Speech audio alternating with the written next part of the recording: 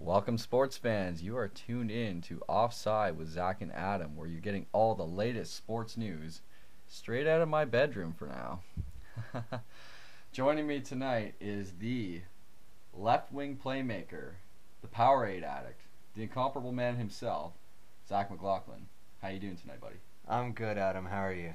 I'm doing pretty good. I see. Did you watch any of the games today? I caught a bit of it here and there. It was a pretty exciting day in football.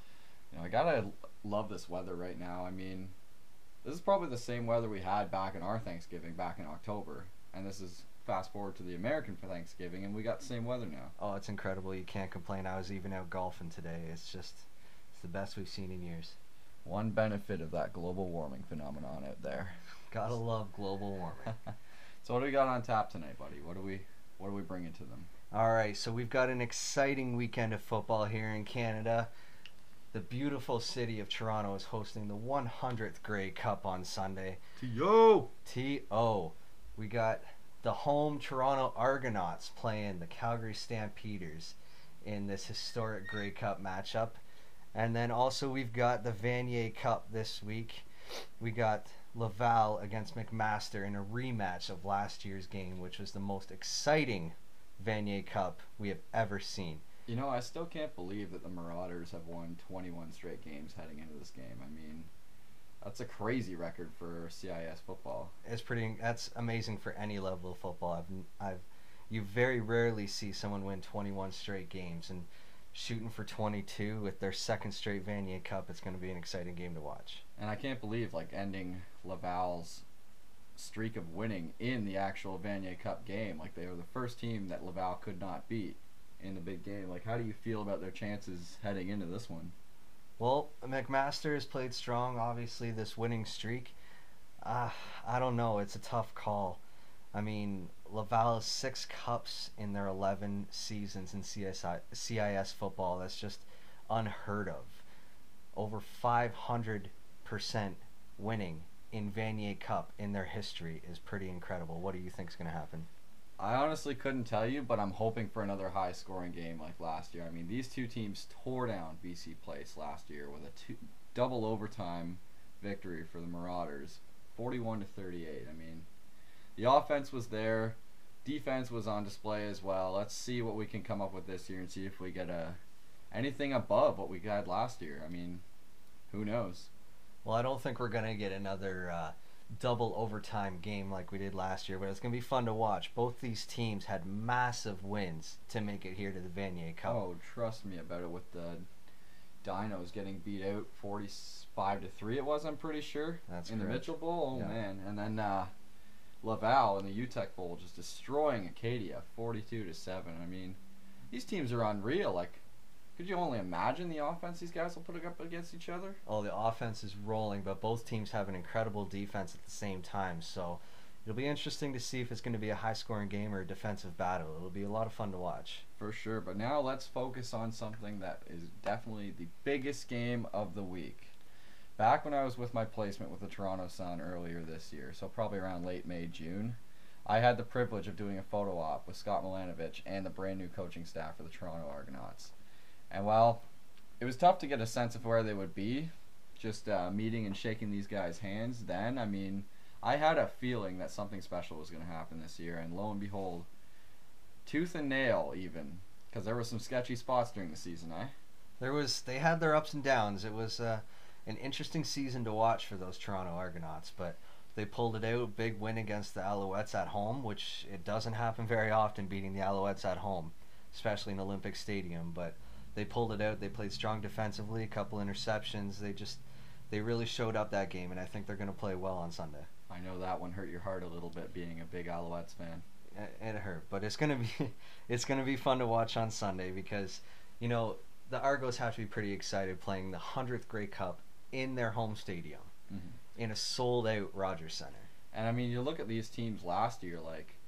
Last year you were looking at the Cleo Lemon era, and then Henry Burris out in Calgary still tearing it up. Now fast forward to this season, Henry Burris gets traded to the Ticats of all teams in the off-season. Drew Tate, unproven guy, comes in, leads the Stampeders all the way to this point, and then breaks his forearm in the semifinal game. Yeah, it's a bad break for him. He's had a rough couple of weeks with that injury, and his grandmother passed away a couple weeks ago. But he's there for his team. I know he's a huge team player, and he's going to be there cheering on his teammates and helping Kevin Glenn as much as he can on the sidelines there. Speaking of Kevin Glenn, this is a guy who's eerily similar to Drew Tate. Broke his forearm in the East semifinal back in 2007 against the Argonauts. He gets his first chance in the Grey Cup game. How do you think he's going to do in this one? You know what? Kevin Glenn is the kind of guy, he's seasoned in the CFL. He's a smart player. He has a strong arm. And when he wants to, he can move. And I think in Calgary, he's got a strong team around him. He's got a strong core of receivers. And he's got an incredible running game behind him. If you look at John Cornish, best running back in the league, led the league in rushing yards. He's got his yards per carry, 5.6 yards per carry in the CFL, and that's pretty impressive right there. 1,457 rushing yards this year. I think he's going to show up big, and that's going to be a huge boost for Kevin Glenn this year. And speaking of teams with changing quarterbacks, the Toronto Argonauts entered this season uncertain of what they were going to do until they pulled the trigger and got Ricky Ray. That was a huge move for the Argonauts. I was really happy to see that because Toronto has been lacking that big time quarterback ever since they lost the great Damon Allen, and I think now they have Ricky Ray, and he's just going to tear it up for them. I think he's going to have an incredible game. And not only Ricky Ray, but the emergence of Chad Owens this year. Holy! Wow, Chad Owens, he has just lit it up this year, setting receiving and all-purpose yardage records. He's just one of the best players that Toronto has seen in a long, long time. He surpassed Pinball's record of 3,840 yards. He hit 3,863. Like, this guy's unbelievable. He's quite the player. From Honolulu, Hawaii, played in Hawaii, a great college football team, and he has really brought some talent to the Canadian Football League, and I'm really happy to see him playing in Toronto. So I gotta ask you, because I know you're heading down there for the big game this weekend. Where are you going to be going, and what do you think is going to happen? You know what? I'm going to be in downtown. I'm going to be all over the streets.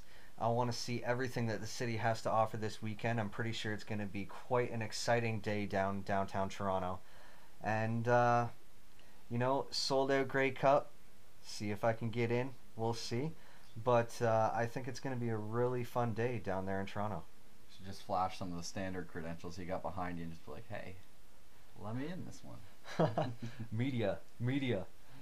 I think I still have my Toronto Sun media pass somewhere, but you didn't hear that from me. So what do you think about the game itself? Who do you think's going to be MVP? What's the score going to be like? Do you think the Argonauts have a chance of hoisting that cup in Toronto, or do you think the Stampeders are just going to come in and run it right out of the building? You know what? I think both teams have a very good shot at winning this game. It's hard to call. Both teams played really well on the road last week. Both teams in some very loud stadiums. Both beat out the noise and just handled it perfectly. And I think Toronto's really going to benefit from the home field advantage today because I think the entire city of Toronto is going to be out there rooting them on, and they know that, and that's going to be on their side. So it's going to be hard to call it, but I think Toronto has the edge on this one. Well, I'm going to play devil's advocate here, and I really have to give the edge to Calgary. I mean, John Cornish has been unbelievable this season, and the emergence of Drew Tate to bring them this far, and then Kevin Glenn as a backup to come out of nowhere and just come through in that Western semifinal against the BC Lions in BC. Like, this was not an easy game for them, and they come back, and they're out now in Toronto, ready to go. I think Kevin Glenn gets his championship this year, and I think John Cornish runs all over the Argonauts. That's my personal opinion, not being biased as an Edmonton Eskimos fan. I know they got beat. That's not why I'm cheering for the Stampeders, but I think the Stampeders are going to take this one. You know what? I think the one thing that's going to hurt Toronto this weekend is their defensive pressure. They need to get pressure on Kevin Glenn. It's been their problem all year. And they have the lowest sacks in the league. As they need to get the pressure on Glenn, make him throw the ball early, and they need to get on Cornish, stop them at the line of scrimmage. Do you think they'll be able to do that at all? I don't think they're going to be able to. Cornish has just been a beast this year. I mean, this guy is up for most outstanding player of the year. 37 years since a Canadian's been up for most outstanding player of the year. John Cornish has just been running all over everybody. I really, really, really don't see them being able to stop him. I mean, maybe they'll be able to hold him under. I don't know. It's going to be tough. You know, I'm really happy to see a Canadian up for most outstanding player of the year. It's been a long time since we've seen that. And being the Canadian Football League, it's good to see someone represent. Gotta represent your country. Well, speaking of your country, your Toronto Blue Jays have made some serious moves in the past couple of weeks. But one that really intrigues me is John Gibbons. John Gibbons is back in Toronto. He's back. I don't know how I feel about this. I mean, all I can remember when I think of Johnny Gibbons is getting into a shoving match with Ted Lilly in the dugout. I mean, just in that hallway. Yeah, that was an interesting moment in his career, but you know, Toronto seems to have a way of doing this, bringing back their old managers, and it didn't quite work out with Cito Gaston the way everybody hoped, but I think Gibbons could be the answer. I mean, they've got a lot of big players in the last couple of weeks, made some serious moves, and I think he has the pieces to put together not only a playoff team, but dare I say, a pennant team. So you don't think they just got John Gibbons just to replace John Farrell? I mean, John for John? No, I don't think so. I think he really is going to be the manager they need right now. I think they've got a lot of big names. I think they might have quite a few big egos on that team, so I think he'd be the man to keep them in line and make them a winning team. Definitely a guy who's familiar with the system for sure. I mean, different players, but gotta love a guy who's got some familiarity there. And not only familiarity, he's got the guts. He's got the kahunas to stand up to those players and to stand up for his team. And I think that's really going to give them the boost they need. Let's hope so. Speaking of guts, though, we saw a super gutty performance this past weekend by George St. Pierre, defeating Carlos Condit by unanimous decision. Anderson Silva seems to be on his plate next, but do you think this fight's going to happen? And who do you think would win? You know, I don't know if that would happen yet. It may happen in the future, but I don't think the time is right at the moment. You know, GSP completely dominated that fight, all 5 rounds. But he did just come back from a long hiatus on injury, and I just don't think it's time to throw him in there the next weight class up. I think you need to give him another fight in his weight class. Give him some time, because I think if they throw him up there, it's just not going to be fair. So you think the new H-bomb Johnny Hendricks gets the first crack at GSP? I think Hendricks is going to be the next fight on his schedule. Well, let's hope that the H-bomb does not come through in this fight, as I think GSP will dominate Hendricks. So that's the only part of me that really wants to see the Silva fight, is I'm not too sure about this welterweight division anymore. I thought it had a lot of promise coming in, but a lot of the top guys have kind of fallen off before St. Pierre's return. And I mean, other than Hendricks, who's really left for him? Nick Diaz, who's still on suspensions, got to win a couple fights. I mean, yeah, I almost feel like it's now or never for the Silva GSP fight. And I really think GSP would win that fight, just because Silva's weakness has always been a guy with a strong wrestling game and good ground game. That is true. Silva's not the greatest fighter on the ground, and obviously by last weekend's fight, GSP can just dominate when he gets you on the ground. You have not a chance against him on the ground. So, I don't know. It would be interesting to see, but I don't think it's going to happen yet. We'll have to wait and see. We will have to wait and see for sure. Well, that's all we got for you this week, sports fans. Be sure to check us out at Twitter at Offside Canada, and check us out on Facebook as well at Offside Zach and I'll correct that. Offside Adam and Zach. Sorry, I had to put my name first in that one. Hit us up on Twitter, offside_Canada. I will be downtown Toronto live tweeting the entire day for our 100th Grey Cup. Monumental day in Canadian football history and in Toronto history. And I'll sadly be at work, but that's okay. All right, we'll see you then, and until next time, this is Zach and Adam signing off. Take care.